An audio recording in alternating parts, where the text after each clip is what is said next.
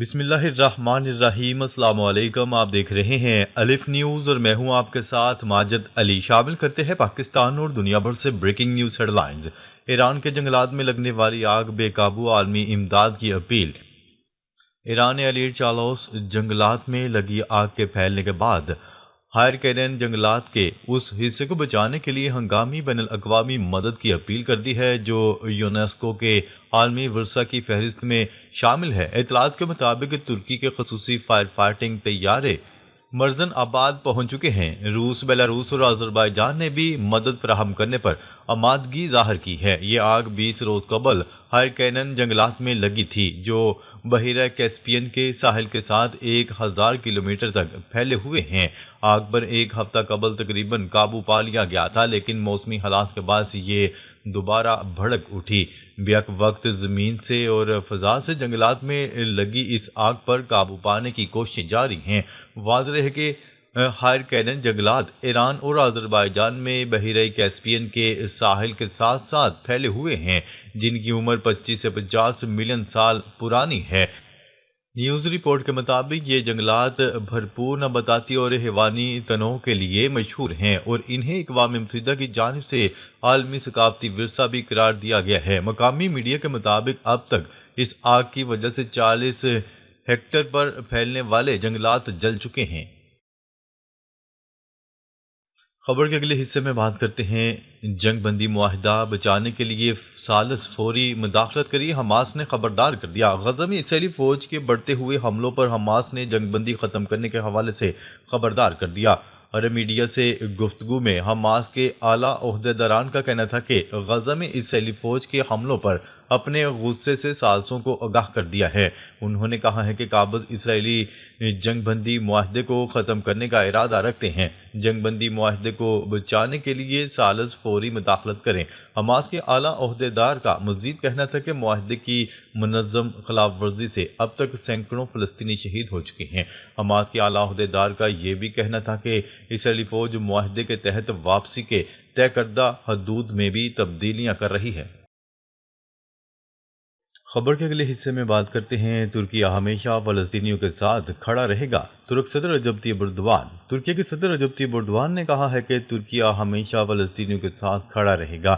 جنوبی افریقہ میں G20 اجلاس کے موقع پر گفتگو کرتے ہوئے ترکیہ کے صدر رجب طیب ایردوان نے کہا کہ غزہ میں جنگ بندی دنیا کے امن کے لیے اہم ہے۔ غزہ میں جنگ بندی معاہدہ برقرار رکھنے کے لیے پرعزم ہے۔ انہوں نے کہا ہے کہ غزہ کی دوبارہ تعمیر نو میں تعاون فراہم کرنے کے لیے تیار ہیں۔ غزہ میں ہونے والی تباہی نے اسے 70 سال پیچھے دھکیل دیا ہے۔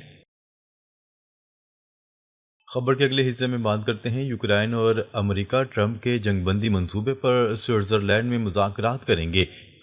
یوکرائن کا کہنا ہے کہ جلد ہی امریکہ کے ساتھ سوئٹزرلینڈ میں ملاقات کرے گا تاکہ واشنگٹن کے اس منصوبے پر بات چیت کی جا سکے جس کا مقصد روس کے ساتھ جاری جنگ کا خاتمہ ہے۔ ڈونلڈ ٹرمپ نے یوکرائن کو ایک ہفتے سے بھی کم وقت دیا ہے کہ وہ 28 نکاتی منصوبے کی منظوری دے جس کے تحت یوکرائن کو اپنی کچھ سرزمین چھوڑنی اور فوج کو کم کرنا ہوگا اور نیٹو میں شمولیت کا وعدہ ختم کرنا ہوگا۔ ادھر یورپی اتحاد جنہیں اس منصوبے کی تیاری میں شامل نہیں کیا گیا، ان کا کہنا تھا کہ اس منصوبے میں مزید کام کی ضرورت ہے۔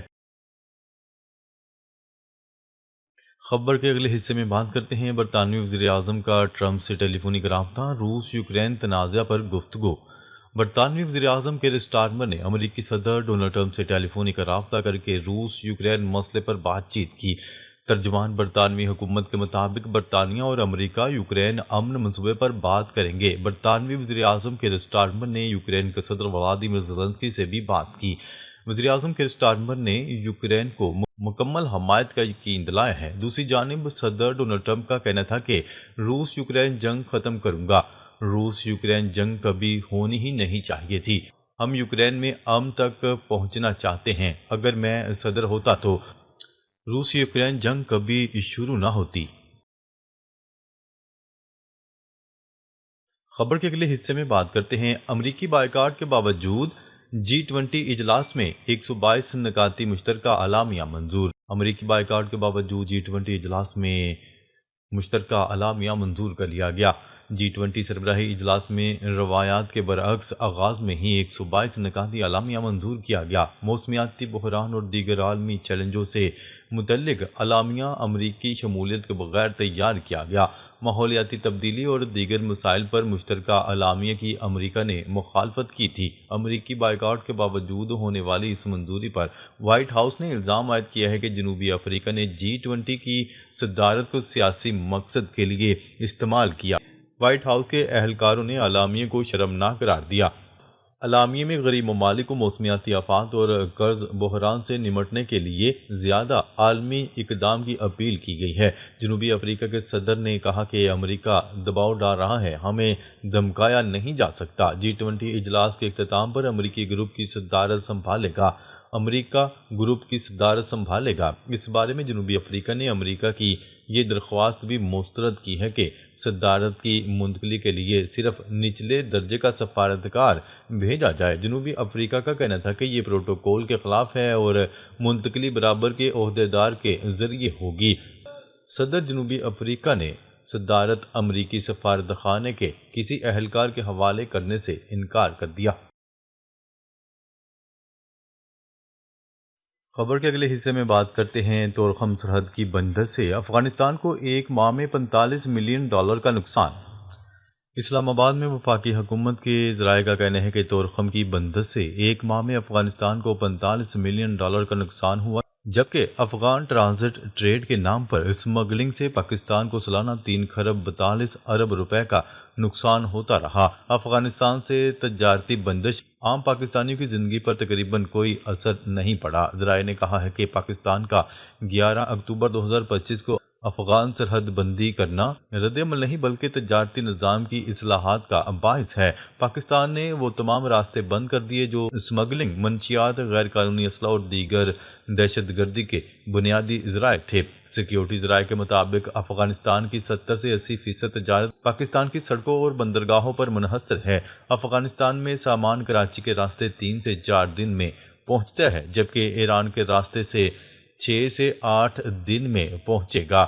وسط ایشیائی ممالک کے راستے تجارتی سامان کو افغانستان کے لیے 30 دن سے بھی زیادہ لگ جائیں گے۔ افغان ٹرانزٹ ٹریڈ کے نام پر اسمگلنگ کا سامان پاکستان میں داخل ہوتا رہا۔ حقائق کے مطابق پاکستان کو ہر سال 3.4 خرب روپے کا نقصان اسمگلنگ سے ہوتا تھا۔ افغان ٹرانزٹ کی تقریباً 1 خرب روپے کا سامان واپس آ جاتا تھا، جو اضافی نقصان کا سبب بنتا تھا۔ خبر کے اگلے حصے میں بات کرتے ہیں مودی کے قریبی ارب پتی دوست مکیش امبانی نے بھی روسی تیل خریدنا چھوڑ دیا۔ بھارتی وزیر اعظم نریندر مودی کے قریبی ارب پتی تاجر دوست مکیش امبانی کی کمپنی ریلائنس انڈسٹریز نے بھی روسی خام تیل خریدنا بند کر دیا۔ غیر ملکی خبرساں ادارے کی رپورٹ کے مطابق آزاد خارجہ پالیسی کے دعوے دار بھارت نے بلاخر امریکی دباؤ کے آگے گھٹنے ٹیک دیے اور مودی کے دوست مکیش امبانی نے بھی روسی تیل کی خریداری بند کر دی۔ روسی تیل کی خریداری روکنے کے بعد ریلائنس انڈسٹریز کو مشرق وسطیٰ اور ممکنہ طور پر امریکہ سے مہنگا تیل خریدنا پڑے گا۔ اس کے ساتھ ہی بھارتی کمپنیوں کا 10 سالہ تیل معاہدہ امریکی پابندیوں کے سامنے بے معنی ہو گیا۔ اب 1 دسمبر سے بھارتی کمپنی کی ریفائنریز غیر روسی خام تیل پر چلائی جائیں گی۔ بھارت برسوں روسی تیل سے اربوں ڈالر کما رہا تھا، لیکن ڈونلڈ ٹرمپ کے 50% ٹیرف کے سامنے مودی سرکار نے روسی تیل نہ خریدنے کا فیصلہ کر لیا۔ بھارتی ریلائنس انڈسٹریز کی روسی تیل کے سودوں کی مالیت 33 ارب ڈالر سے زیادہ تھی۔ امریکی صدر ڈونلڈ ٹرمپ کا کہنا تھا کہ روسی تیل کے سامنے امریکہ بھارت تجارتی معاہدے پر پیش رفت نہیں ہو سکتی۔ ناظرین، اب تک کے لیے اتنا ہی۔ مزید خبریں لے کر بہت جلد آپ کی خدمت میں حاضر ہوں گے۔ تب تک کے لیے اپنا خیال رکھیے گا۔ اللہ نگہبان۔